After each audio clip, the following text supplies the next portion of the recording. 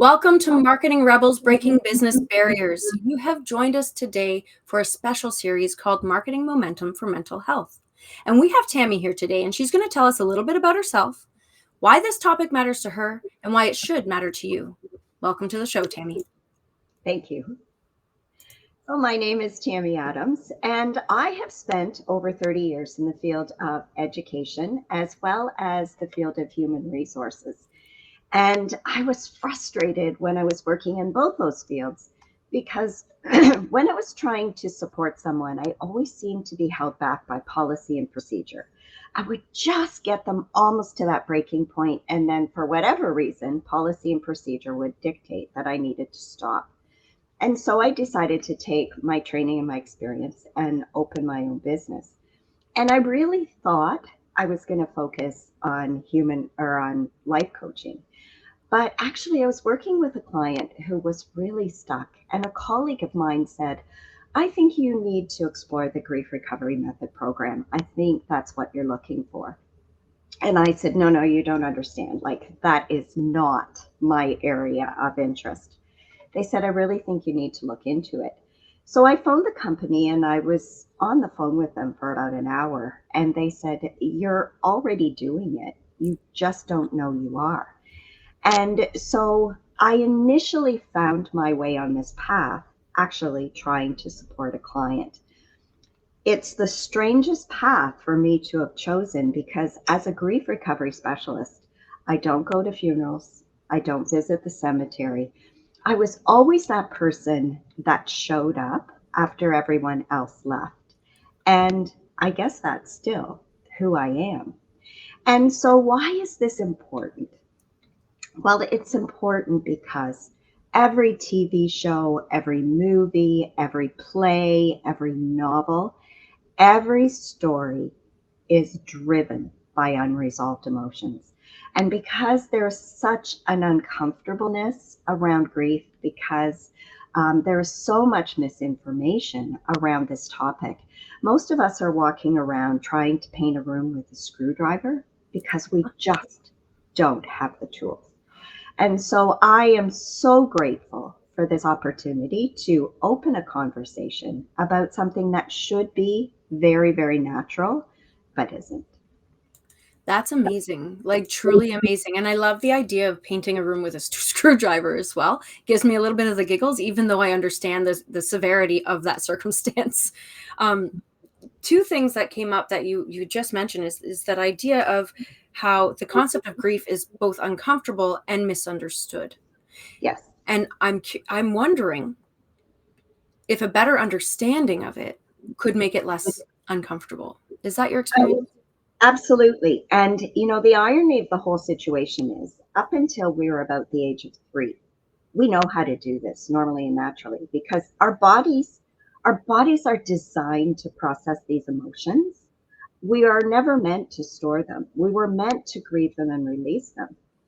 But as 3-year-olds, we watch, we listen, and because the misinformation is handed down generation after generation, we unlearn what was natural and we learn what is unnatural. So I think, a really good place to start is what is the definition of grief, right? Absolutely. So I would like the listeners to filter their life through these 5 statements. So grief is about an emotional loss.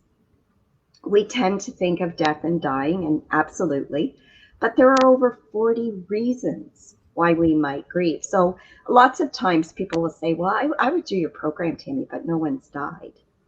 But they're totally void of these 40 other reasons. So it's an emotional loss. It's also the conflicting feelings that arise when we lose what was familiar to us.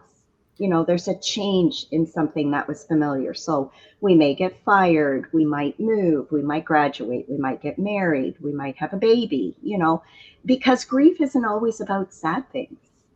It's about a change in what we knew. And then the last 3 are those things we wished had been better, different, or more. It's about unrealized hopes, dreams, and expectations. So, disappointments. And finally, it's about the things that have been left unsaid. So either we said them and we thought they weren't heard, or maybe they were misunderstood. Maybe we didn't take the opportunity to say what we wanted to when we could. Or, maybe it's about the things we said we wished we hadn't said. And so completing these emotions is about saying what needs to be said, only this time with someone respecting and witnessing those words. Those are really heavy. I'm sitting with them, and we've got, emotional loss. I think we'll probably wind up having to dive into these a little bit more as we go through, because emotional loss, I think we can grasp. We'll go through it, but I think we can grasp that. The conflicting feelings of change, I think we can grasp that again. But those last three sound like regret. They are. They are. And I'm glad you used that word because we've been taught to use the word guilt. Right. And the true definition of guilt is an intention to harm another person. So when you carry around guilt for something that you never intended to hurt someone, right? It just amplifies those unresolved emotions. So let me use myself as an example. When I was 18, my grandfather was dying, and I knew he was dying. And in the 18 years I knew him, I probably heard him say 30 words. He was very stoic, he was very private, he was very calm, but I loved him. And he was this really steady person in my childhood. So I went to the hospital to tell him how much he meant to me. And when I got there, the room was full of my aunts and my uncles, my cousins, like everybody was there. And I didn't have the courage to say what I wanted to in front of them. And I didn't have the confidence to ask them to leave the room. So I left, things left unsaid. I got up the next morning and went right to the hospital. My grandfather had fallen into a coma, and later that day he passed away. So for 40 years, because I didn't find grief recovery till I was in my late 50s, for 40 years I carried guilt that I didn't say those words. Well, I never intended to hurt him. I had regret. And as I was going through the grief recovery program myself, just starting initially by switching those two words, guilt to regret, it shifted like enormously right then. But then following the process, I was able to say those things, have those words heard and witnessed, and my heart just let them go. And I think that's the other piece of misinformation, like grievers and those supporting grievers. And it's important to know we don't have the tools to support someone either. Because what we tend to do, because we've been taught to, is intellectualize our grief. Right. We try to understand it. We try to find reasons. We lay blame. We keep searching for an answer. But yet, grief is 100% emotional. And your heart doesn't judge. It doesn't care who's right or wrong. It doesn't care why it happened. It just wants to complete the experience so that it can release the emotions attached to it. And the process, honestly, if you follow the 4 steps, it works every time. And that ability to release whatever regret or bottled up emotion, that process allows you to, I guess, experience life more freely, more intentionally. And I'm just thinking about like how impactful that would have been, just that idea that you were carrying around guilt, which is the intent to harm, which means that you're thinking I'm just still caught up in this. It's just, I'm thinking young Tammy thinking that she harmed someone because of words unsaid, and that breaks my heart. And I can only imagine how that rippled out and impacted the different choices you made in your life. I'm sure someone in the medical community would critique what I'm about to say, but I think it provides people a really good reference. So I liken grief to chronic pain. It's debilitating. It controls every aspect. It limits our ability to participate. It limits our ability for happiness. For me, grief is a chronic condition. I liken sadness, loneliness, missing someone more to acute pain. It's like a headache, it's a twisted ankle, it's a broken wrist. It's uncomfortable. It's an experience we probably would rather not have, but you know that it's going to come and wave over you.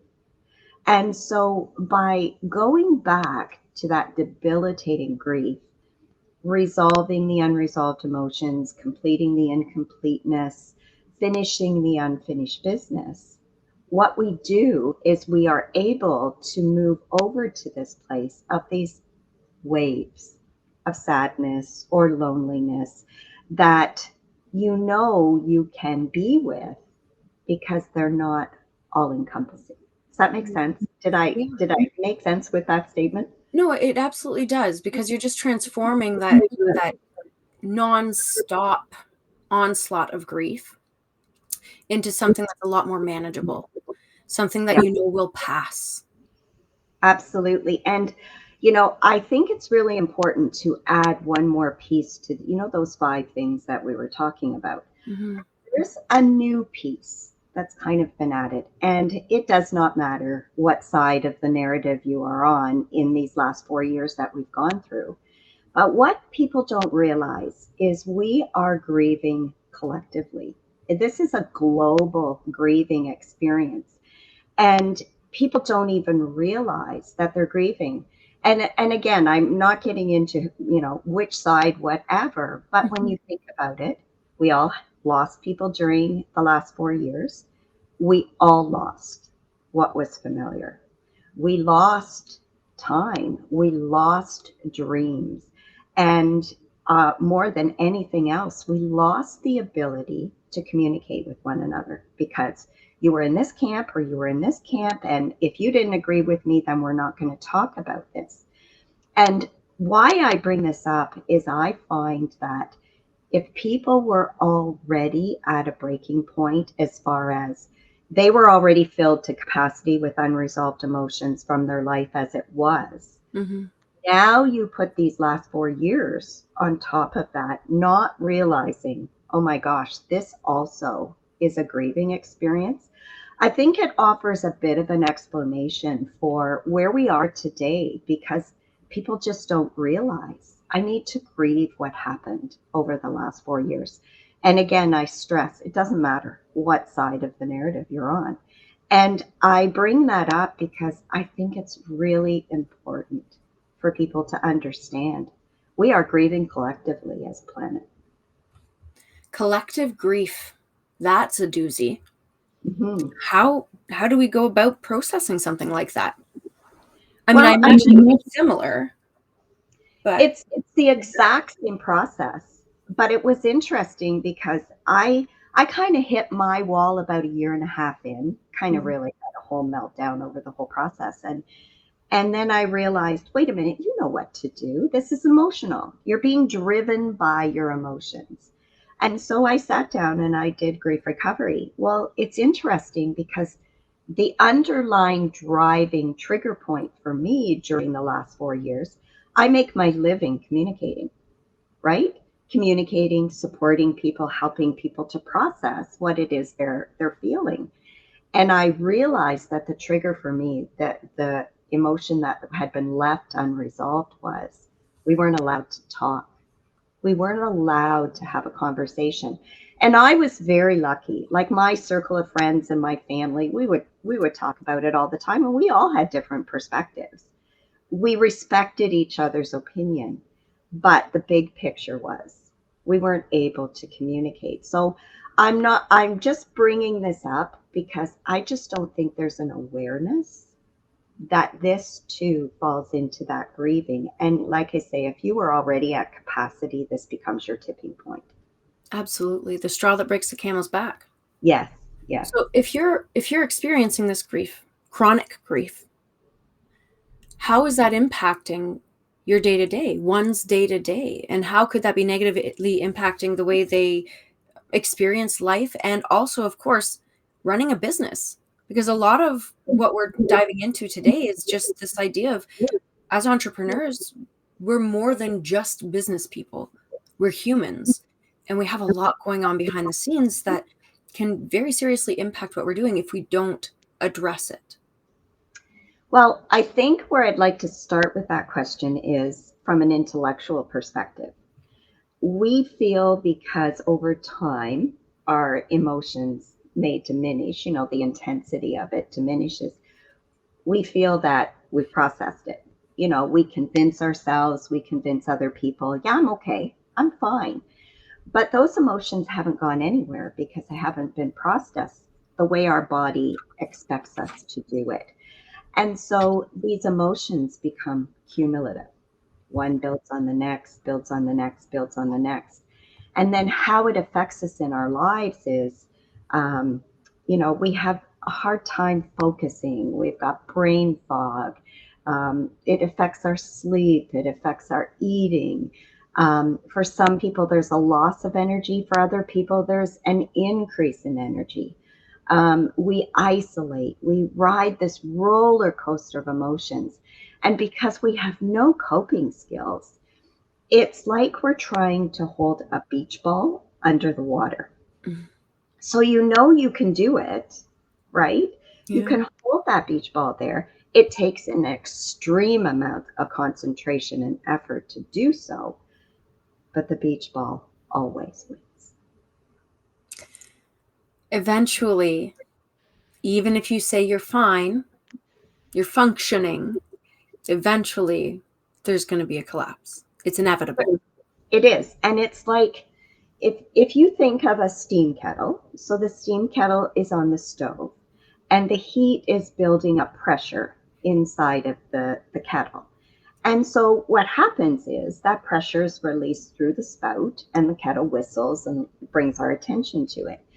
But with grief, it's like there's a cork in that spout and the pressure keeps building and building and building, but there's nowhere for it to go. And I think the other part of this is not only are we not aware of what grief is, but we've lost the ability to connect with ourselves and to hear those messages that our body is sending us. So it starts off as a whisper. We've got something to do here, right? Right. And we just ignore it. We distract ourselves, and we do that in a variety of ways. Alcohol, food, work, exercise. We do all these things to distract ourselves so that we don't have to pay attention. But then our body has to turn up the volume and turn up the volume. And Mm-hmm. what people don't realize is depending upon the amount of grief that you're carrying in your body, it can manifest in the physical form. Right. Right. And actually, what's interesting about that is that there are other conversations in the series where we talk about how if you don't take the time to address the thing, then the universe is going to make you. Absolutely. And I think, with it's human nature. Mm. If you go back to mindset stuff and all of that, we are programmed for status quo. Yeah. Our subconscious mind runs the show. It's just really too busy. So when a similar experience comes along, it just hands you the file. And really, you're living in a memory versus in the present moment, right? And so we need to override that program and say, no, status quo isn't good enough, you know? And I think that's the real message here is it doesn't matter what has happened to us. It may not even be our fault what has happened to us, but it is our responsibility to heal the pain because the pain is only affecting us. And that's the really cool thing about grief recovery. It's always done from your perspective. We don't care who's right or wrong. We don't need to understand all of the questions that go behind it. It's much different than therapy. It's very like A, B, C, D, done. Right. And it comes from the place, just my understanding from this conversation is that it comes from the space that acknowledges that your experience is valid regardless of anything else. Absolutely. And, I came from uh, a broken family, I guess, for a lack of better words. And there were five of us, my mom, my dad, my sister, my brother, and myself. And I can guarantee you, if you sat us each separately in an interview and asked us to talk about the last 60 years, the story would be completely different from all five of us because it's told from our perspective. It's filtered through our lens. And so, from from heart healing perspective, we don't need to go into the would have, could have, should have, but Right. we heal the would have, could have, should have. And that's what I say to people, when you process all of the pain on an emotional level, you may not get the answer you needed, but you lose the need to find the answer because you're just at peace. That's Doesn't powerful. matter. That's Yeah, very it's very powerful. powerful. I'm sitting with that because it's one of those things where you think you need something.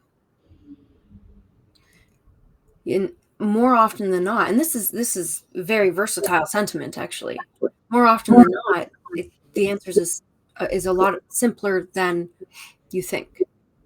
It is. And doing this process, the hardest part is thinking about doing it.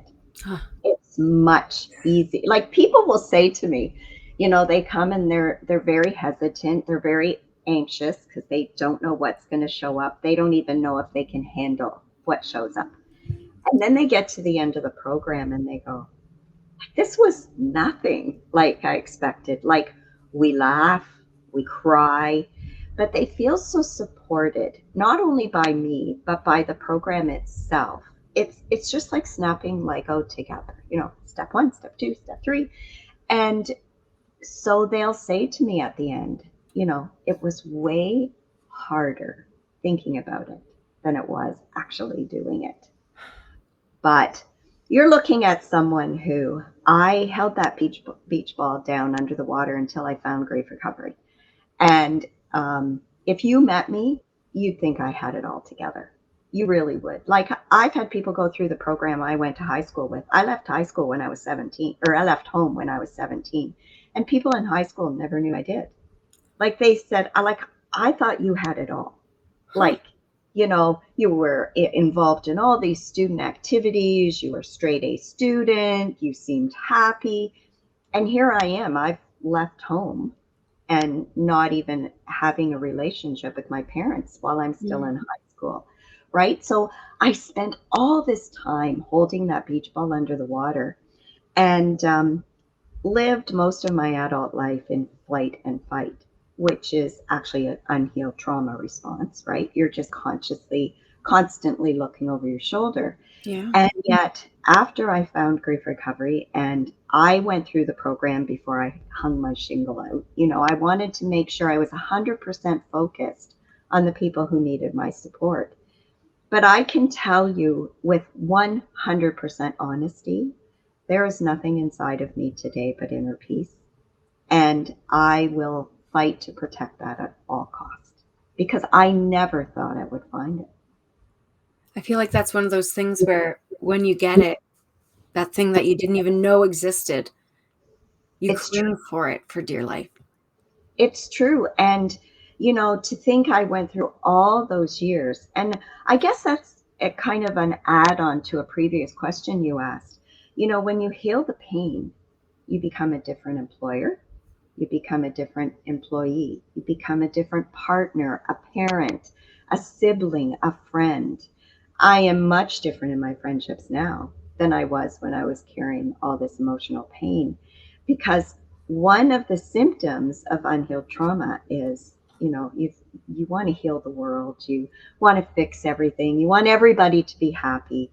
And, many times I was offering that assistance to friends and family who hadn't even asked for it, you know. But now on the other side of that emotional pain, will I help you? Absolutely. I will help you in any way I can. But I only ask or help those people now who ask me for help. And otherwise, I just keep my opinions to myself. Right. Just to you know. protect yourself and, of course, to protect them because they may not be ready. Exactly. So there's this respect for where they are on their journey. Yeah, I'm here if you would. And I would absolutely love to show you how to get there. But I guess that whole feeling of responsibility, like I say, as I've learned, is a response to, trauma, unhealed Right. trauma. And once you heal that, you're able to just hold space for people. And yes, if they ask for help, sure. I think that right there is the gold mine. Because I was going to ask you something about what lies on the other side when it comes to the types of successes you can hope to achieve, and I think that right there is the it. It is it. When you don't feel like you need to take responsibility for all of the moving pieces around you, but only that you are going to be able to focus on your responsibility to yourself and to honor your core values and who you really are at its core, then you can function in a space where you feel empowered, you feel enlightened, and you're ready to actually create the impact you were intended to create. Absolutely. And I just finished doing a video series on raising your vibrational frequency. And, dealing with the past, resolving the past is so important because, you know, humanity is going through this evolution right now where we are raising that vibrational frequency. And I really feel the goal at the end is what is your purpose and who are you? And having the ability to really step into service, Mm-hmm. to your fellow humans. And so when you look at the vibrational frequency of your emotions, grief, apathy, regret, fear, those are very, very low vibrational frequencies. And when I first learned all this stuff, I don't know, I think it was around 2013. And back then, they said the whole planet was vibrating at below 85, which really showed me, holy cow, there's so much disease, there's so much war, there's so much depression, there's so much unhappiness. So, one of the fastest ways to really kind of jumpstart raising your vibrational frequency is to process and release these low vibrational energies. And courage actually resonates at 200. Ooh. So, as soon as you find the courage to start this process, you've already jump started to 200. And this is on a scale, I think the scale is 700 plus.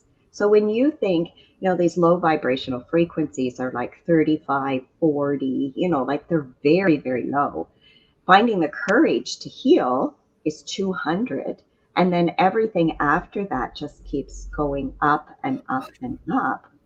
You know, That's it so exciting. and it really contributes in a positive way to where we're trying to get to, where, the planet is much more accepting and loving and in service to each other. I just get okay, let me tell you about my emotional journey about what you just said over the last, I don't know, 4 minutes, because I would resonate with being an empath, which can be challenging when it comes to that space of um, not taking on the responsibility of others' emotions and experiences of life. Now, I've worked through a lot of things, and I think I'm pretty good at it. Not perfect, because perfection doesn't exist, but I think I'm pretty good at it. But when you start saying about the world in 13 was resonating at, you said an 80, 85. 85, and then we talk about all of the horrible things that were going on that still are going on. I find it very hard to compartmentalize that. And so I could feel myself going, oh dear. Yeah, that's true. What's changed? And that cyclical thought. Now, as soon as you said, but courage is 200, the frequency of 200. I can be brave. And you can't, and the cool thing about bravery and courage is that you can't be brave or courageous if you weren't already scared. Yes. So it's that fear, that sensation that you become aware of, and awareness we know is so important. That awareness turns that fear and that lower frequency into a diving board or into a launch pad that can take you into the way above 200 frequency courage space where you can actually make effective change. Absolutely. And I'm glad you brought up empath, because that's so important in this whole grief work. Because I have so many people who start working with me on the program who are empaths but didn't know it.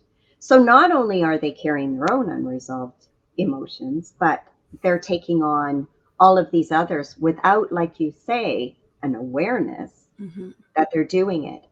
And I know for myself, I got to the end of my healing journey, and I called a colleague.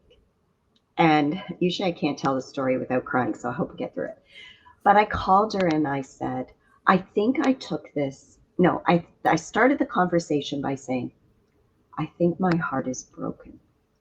And she said, oh my gosh, what happened? And I said, no, it's nothing that's happened. I said, I think I took this grief stuff too far. And she said, well, what do you mean? And I said, I can't feel the way I used to. I can't step into their story the way that I used to. I said, I feel like I'm broken. And she said, oh, darling, you're not broken. She said, your heart just burst wide open because you are now aware. You don't have to get into the mud with them.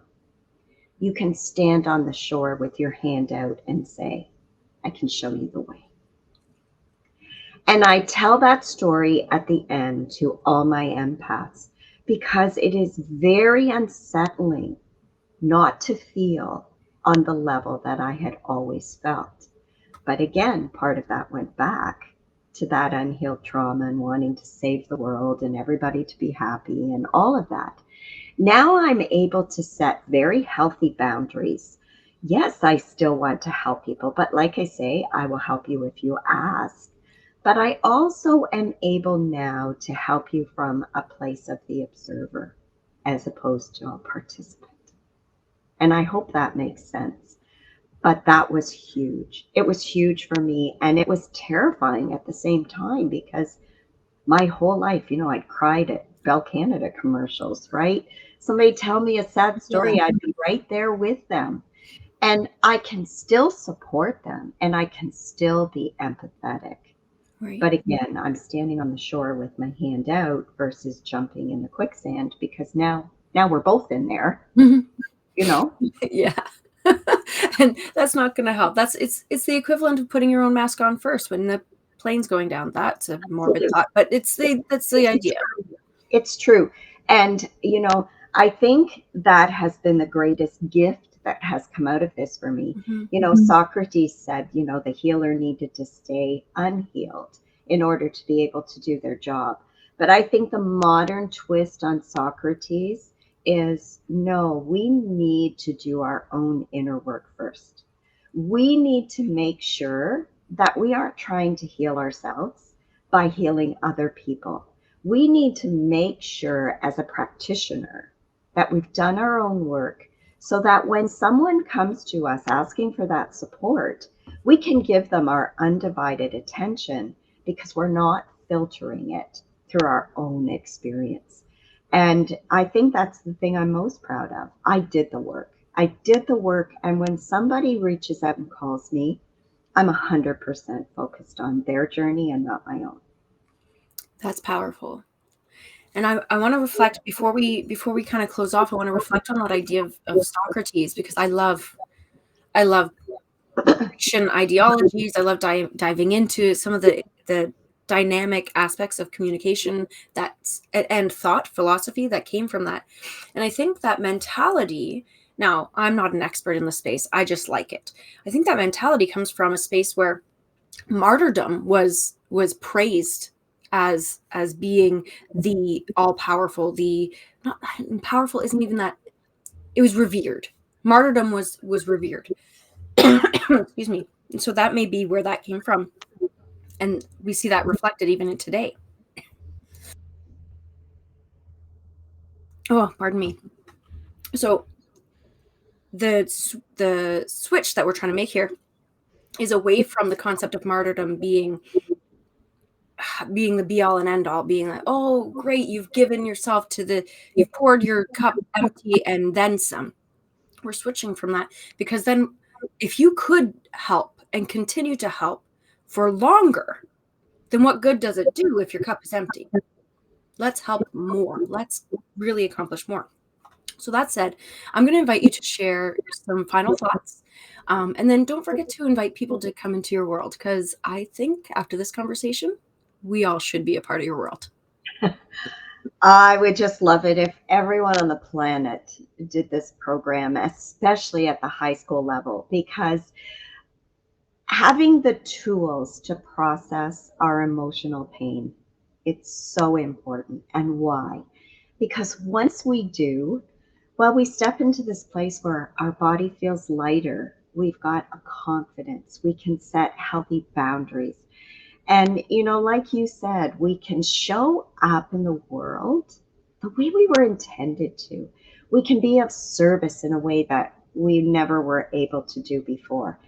And so I guess my call to action in this particular interview or conversation is I would like people to visit my website for two reasons. One, my website has a lot of free resources to really allow you to begin exploring this conversation. But also, you will find a questionnaire on my website. And it asks you, I think there's 21 questions there, asks you just yes or no to give you a bit of awareness of where you sit on, am I carrying unresolved emotions? And what's interesting is at the Grief Recovery Institute, we believe if you answer yes to one question, there's a lot more hidden unresolved emotions than that one yes. And most people who complete that questionnaire will call me and go, I answered yes to 6, some answer yes to 8, some 12, some more than 12.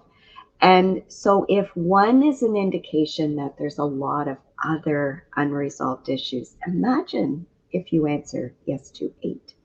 So I think you said it well in the fact that every part of our journey begins with an awareness, and an awareness that you're carrying maybe even one unresolved grief starts that point of exploration to maybe possibly getting on the other side of that emotional pain.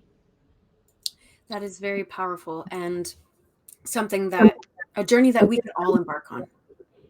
So why wouldn't we? Why wouldn't we start to unpack that and get to the place where we can effectively use our skills in a way that actually makes a huge difference, in a way that doesn't feels like we're holding that proverbial beach ball under the water.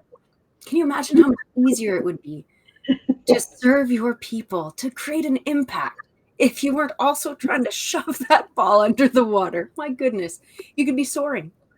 Yeah. So with that, I want to invite all of you to continue to dive into this series, to continue to dive into the Marketing Rebels world and explore, what does this look like for me? How can I achieve my goals? How can I work past some of these things that could be holding me back in order to make a bigger impact on the world around us, to create the legacy that we were meant to create? So with that, I invite you to have a great rest of your day, and we will chat soon.